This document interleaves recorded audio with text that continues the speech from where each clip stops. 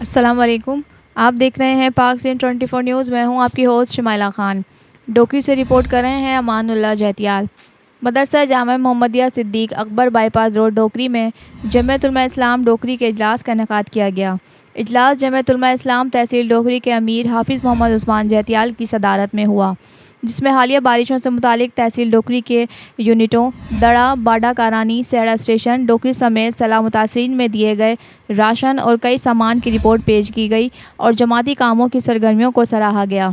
इजलास में जमीयत उलमा इस्लाम तहसील डोकरी के सेक्रेटरी जनरल मुफ्ती नसीर अहमद भुट्टो और तमाम यूनिट के उमरा और नज़मा ने भरपूर शिरकत की।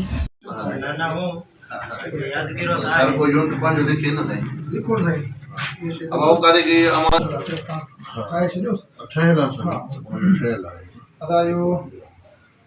पंजा नौकरी में पंजा नहीं बनी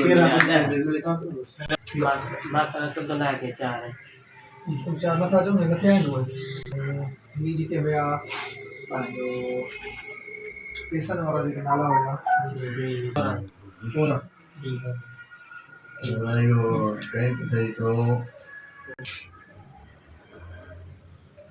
मारा पंजा चल घर से तो आया इरफान सांगिला तो कर सांगिला तो कर होले जो